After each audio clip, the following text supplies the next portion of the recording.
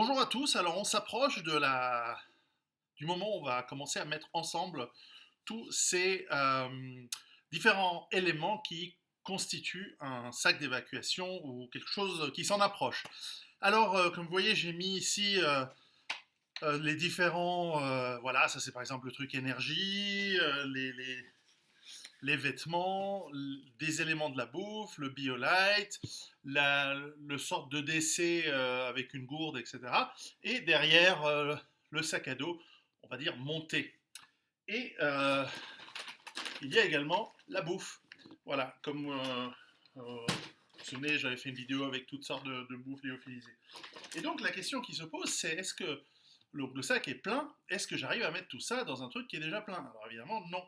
Alors en fait, la réalité, c'est qu'on a des choses qui sont relativement indispensables dans le sac. Vous vous souvenez, le kit individuel avec les papiers, l'argent, la liquidité, etc. On a quand même mis le kit pour la bouffe, les kits pour le feu, lumière, etc. Les couvertures, les vêtements contre la pluie, euh, les éléments médicaux, etc. Et puis il y a ce qui est accessoire, pas indispensable, par exemple le BioLite euh, peut être éliminé si nécessaire, si c'est trop lourd, si vous n'êtes pas nombreux, etc. Parce que vous avez déjà de quoi cuisiner, faire de la bouffe à l'intérieur du sac. La bouffe en elle-même, encore une fois, s'il s'agit de partir 3 jours, on n'en a pas vraiment besoin. Si en revanche vous êtes en famille et que c'est plus long ou c'est pour plus longtemps, là ça peut devenir intéressant. Les vêtements, ça peut être pris à la main. Le kit énergie peut aussi être considéré pas forcément indispensable sur 3 jours. Donc en gros, j'essaye de faire en cercle concentrique en partant du plus indispensable qui est le sac qui est là, qui est la partie ventrale que je peux prendre et partir avec la ceinture qu'on a autour de soi. Le sac à dos qui va être la partie où on a l'essentiel des choses qui sont importantes mais qu'on veut garder au cas où. Et puis il y a le reste. Alors le reste, il est où, il est où Où est-ce qu'on va le mettre? En fait, il est derrière moi. Tout simplement, vous prenez une valise à roulettes ou, en ce qui me concerne, un sac de sport à roulettes et vous mettez tout le bordel dedans. Magie, c'est fait. Donc vous avez un sac à roulettes. On voit bien, est-ce qu'on voit les roulettes? Il y a les roulettes. Et donc vous avez un sac qui est assez lourd maintenant, forcément, il doit bien faire, je sais pas, 15-20 kilos, c'est sûr. Mais vous avez mis une chier de trucs dedans. Et donc vous le tirez, vous le tenez, ça peut être une valise, ça peut être quelque chose, vous le mettez dans votre bagnole ou dans ce que vous utilisez. Et ce sac, ben, moi je le garde dans l'armoire, avec le sac à dos. Donc, s'il faut se barrer, j'enfile une ceinture, on n'en a pas encore parlé, on parlera de tout ça, la partie défense une autre fois. J'ai une ceinture, avec un minimum de choses nécessaires à mon sens pour m'en sortir. J'enfile un certain nombre de vêtements. Au pire, en tout cas, je prends une grosse jaquette et les godasses. Tout le reste, j'ai des vêtements de rechange là-dedans, j'ai de la bouffe, j'ai un sac avec, comme je vous l'ai expliqué, les différents éléments qui font que c'est pas mal. Je prends ce qu'il faut pour me défendre si nécessaire. Et voilà. Donc en fait, j'essaye de réfléchir dans le sac d'évacuation en modules qui vont pouvoir être plus ou moins indispensables et plus ou moins lâchés. Et en réalité, la bouffe n'est pas forcément le plus important sur 3-4 jours. Mais néanmoins, elle est là-dedans. Donc, c'est comme ça que parfois on me dit, mais c'est un sac pour tenir 3, 5, 10 jours, il faut un poids et un volume assez important, oui. Mais simplement, quand c'est réparti, on a une certaine logique. Et s'il faut même trimballer la roulette sur quelques kilomètres, bah, ça va être jouable. C'est pas agréable, c'est pas facile. Puis l'idée, c'est pas non plus, encore une fois, il y a un plan derrière l'évacuation. C'est en cas de petite catastrophe naturelle locale, etc., ben, vous allez dans un hôtel, etc., ben, là, vous avez de quoi tenir vachement longtemps, et c'est pas très loin.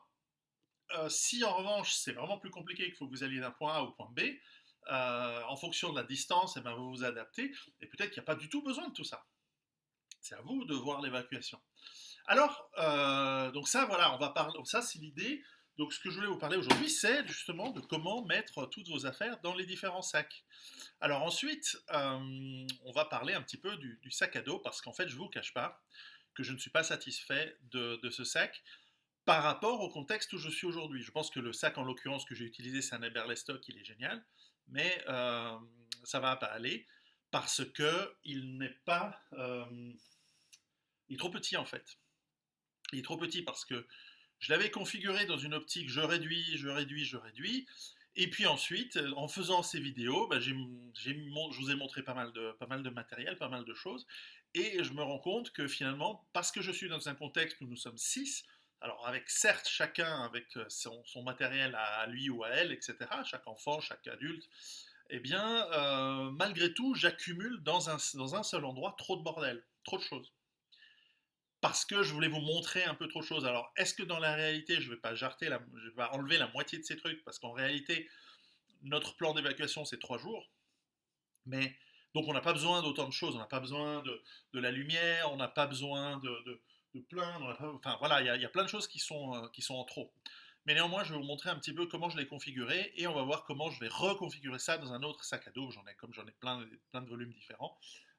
Ils sont pas mal. Je vais vous faire 2 exemples. Mais voilà. Donc déjà, ça, c'était sur cette histoire de comment mettre en place les affaires. Alors à tout de suite et préparez-vous. Alors voici le sac tel qu'il est en ce moment. Donc il y a pas mal de bordel dessus, comme vous pouvez le constater. Alors j'ai attaché différentes poches supplémentaires. Tiens, j'ai oublié de vous parler de l'aspect communication. On va le faire rapidement. J'utilise voilà, tout simple. Voilà, des Tokiwoki, Baofeng, alors je ne sais plus quel est le modèle, mais ils vont très bien. Il y en a d'autres, il y a plein d'autres marques, il y a plein d'autres sortes qui sont tout à fait bien. Donc j'aime bien en avoir un ou deux dans les différents kits d'évacuation. Donc voilà.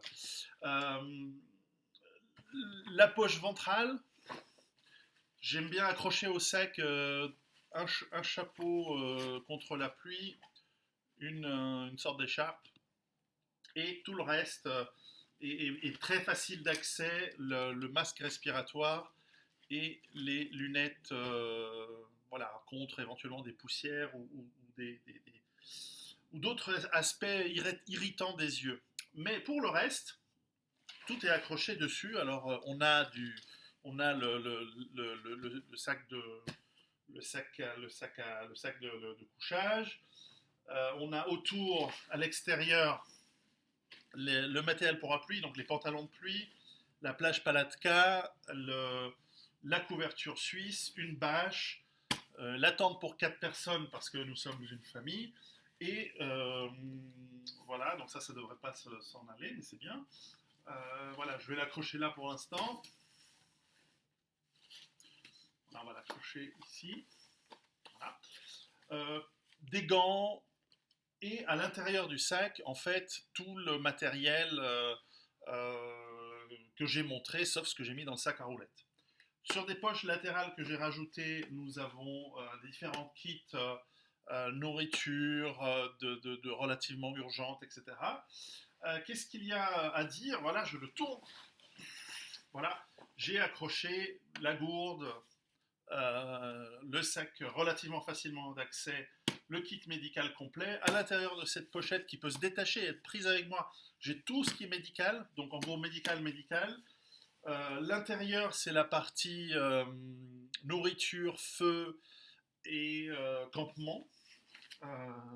Voilà, la couverture, le truc pour se protéger les fesses, et de l'autre côté, la pelle, et j'ai à l'intérieur, sur une poche latérale, la scie et tout ça. Le tout est un peu accroché avec des tendeurs parce que j'ai partout réussi à mettre à l'intérieur. Alors, ce qui est bien, c'est que c'est compact. Vous avez tout en très peu de place et relativement facile d'accès.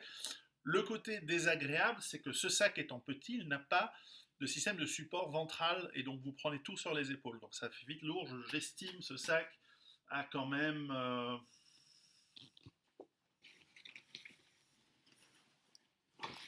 ouais, 15 kilos au pif comme ça. Et donc, c'est quand même lourd sur pas mal de kilomètres sur les épaules. Enfin, ça va, on est habitué, mais ça va. Et donc, je ne suis pas satisfait, surtout d'avoir tout ce bordel qui tourne, qui se balade autour. Ça fait trop de choses. Si tu dois ramper, si tu dois passer dans une forêt, tu vas accrocher. Tout à l'heure, il y avait même un petit morceau de tendeur qui était enlevé. Tu vas accrocher trop de trucs. Ça va, ça y est, j'ai vu pire. Hein. J'ai vu des casseroles, des gens avec des casseroles autour. Non, mais ça va. Mais pour moi, c'est trop.